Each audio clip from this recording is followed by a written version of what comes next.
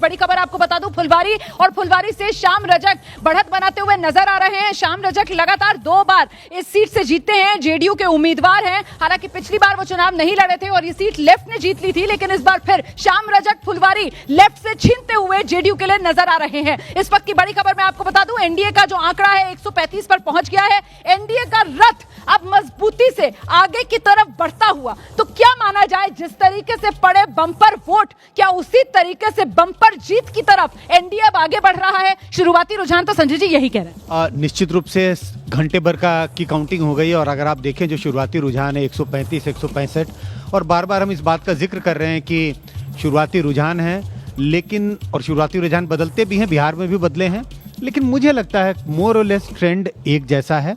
NDA जीत की ओर बढ़ती हुई दिखाई पड़ रही है। एग्जिट पोल और एग्जिट पोल को लेकर तो पूरी प्रेस कॉन्फ्रेंस राहुल गांधी की तरफ से कर दी गई थी। कह रहे थे हरियाणा में एग्जिट पोल हमें जिता रहे थे और कैसे हम हार गए, तो यहाँ तो एग्जिट पोल सारे एनडीए को ही जिता रहे थे और बम्पर जीत दिला रहे थे, तो उसी दिशा में ये नतीजे आ रहे हैं। एग्जैक्ट पोल भी देखिए रोमाना, ये सही है कि एग्जिट पोल्स और ओपिनियन पोल्स की क्रेडिबिलिटी पे एक बहुत बड़ा सवाल खड़ा हुआ है।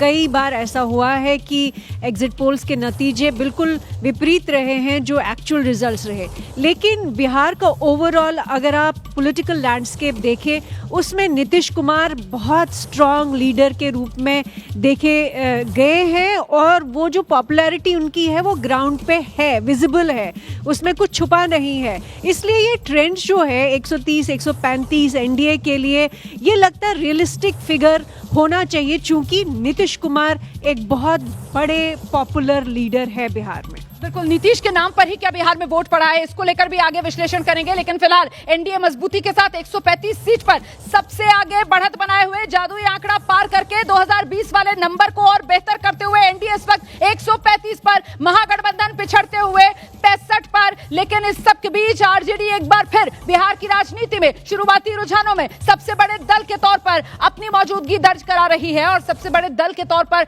65 जो महागठबंधन को सीटें मिल रही हैं उसमें 57 आरजेडी के कोटे से आ रही हैं। अब जरा सोच लीजिए आप, महागठबंधन जिसमें 7 दलों का साथ बताया गया, वो 7 दलों में सिर्फ एक आरजेडी है जो फिलहाल कुछ करिश्मा करती हुई नजर आ रही है और जिसकी वजह से 57 सीटों की बदौलत ये तेजस्वी महागठबंधन जो है वो 65 का आंकड़ा हासिल करते हुए नजर आ रहे हैं। और दूसरी तरफ एनडीए आप देख रहे हैं, एनडीए के खाते में 135 सीटें फिलहाल जाती हुई नजर आ रही हैं, शुरुआती रुझान है। और बड़ी बात यह है कि एनडीए में जो कहा जा रहा था कि इस बार जुड़वा भाई सीट बंटवारे में बीजेपी और जेडीयू बने हैं, उसी तरीके से स्ट्राइक रेट भी बीजेपी और जेडीयू का करीब करीब बराबर है। बीजेपी 65 पर है, जेडीयू 63 पर है, मतलब दोनों के बीच बिल्कुल उसी तरीके से सामंजस्य नजर आ रहा है। और इस बीच ऊपर के जरा पट्टी पर नजर डाल लीजिए, हालांकि एनडीए का नंबर अब कुछ घटा है और एनडीए 135 से घटकर 132 पर आया है, वहीं महागठबंधन 65 से 72 पर पहुंच गया है। मतलब क्या अभी तस्वीर और उलटफेर होना बाकी है, क्योंकि आदेश तो बार बार ये कह रहे हैं कि आप बहुत जल्दबाजी में हैं, लेकिन जैसे जैसे नंबर आ रहे हैं ना वैसे वैसे नंबर एबीपी न्यूज आप तक पहुंचाने का काम कर रहा है और जैसे जैसे नंबर बदलेंगे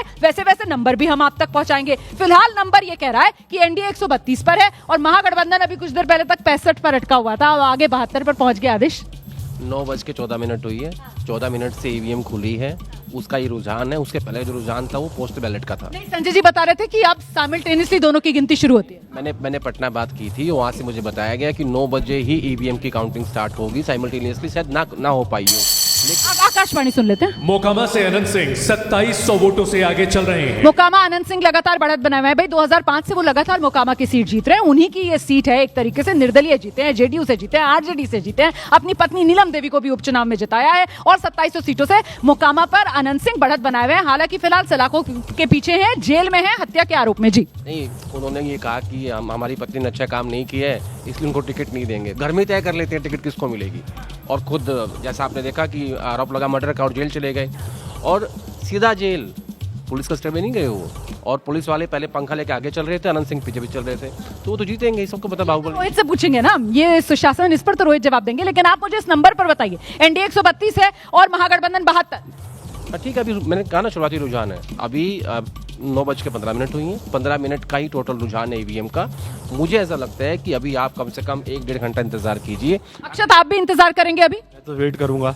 हरियाणा हुआ था, मध्य प्रदेश 2023 हुआ था, जब एक कांटे की टक्कर दिखाई जा रही थी, जैसे ही ईवीएम खुली थी तो उसके बाद एनडीए आगे हो गई थी। ये कैसे लोग हैं भाई? मतलब वो कहते हैं ना, छाछ को भी फूक फूक कर पीने वाले लोग हैं क्या? ऐसे गेस्ट इस बार हमारे पास एबीपी न्यूज में आए हैं जी। सुनो, हरियाणा चुनाव हारे 22,500 वोट के डिफरेंस से, 2020 में बिहार चुनाव हारे 12,500 के डिफरेंस से, और आखिर में बिहार आप हारे थे 0.5% से भी कम से, ठीक है, और सेम स्थिति हरियाणा में हुई। तो चुनाव कब पलट जाए पता नहीं लगता, और आखिर में जाके सेटल होता है। और 40 सीटें ऐसी हैं जहाँ आप बिल्कुल सही कह रहे हैं, और 40 सीटें ऐसी हैं जहाँ पर विनिंग मार्जिन जो है वो बहुत कम रहा था, बहुत टक्कर वाली सीटें भी हैं बिल्कुल। लेकिन इस बीच देखिए, युवा चेतना मंच के अध्यक्ष हैं रोहित हमारे साथ मौजूद हैं। इस बीच बड़ी खबर आपको बता दें, ये तस्वीरें आप देख रहे हैं, तो जोड़ी मोदी और नीतीश की हिट हुई। जो गाना बज रहा है वही नंबर भी कह रहा है, क्योंकि यहाँ पर एनडीए के खाते में 132 सीटें फिलहाल शुरुआती रुझानों में जाती हुई नजर आ रही हैं। महागठबंधन एनडीए के मुकाबले बहुत पिछड़ा हुआ 72 पर नजर आ रहा है। प्रधानमंत्री नरेंद्र मोदी खुद पहुंचे थे सोनटा पुल पर, और ठेठ बिहारी अंदाज में प्रधानमंत्री नरेंद्र मोदी ने अपना गमछा लहराकर वो डबल इंजन की सरकार कैसे बिहार की तस्वीर बदल रही है, बिहार के लोगों की तकदीर बदल रही है, इसी का संदेश बिहार के लोगों को दिया था। और क्या ये उसी का नतीजा है कि बिहार ने एक बार फिर भरोसा किया है डबल इंजन की सरकार पर, और एनडीए को दिया है ये बम्पर आशीर्वाद, क्योंकि वोटिंग हुई थी अपरंपार।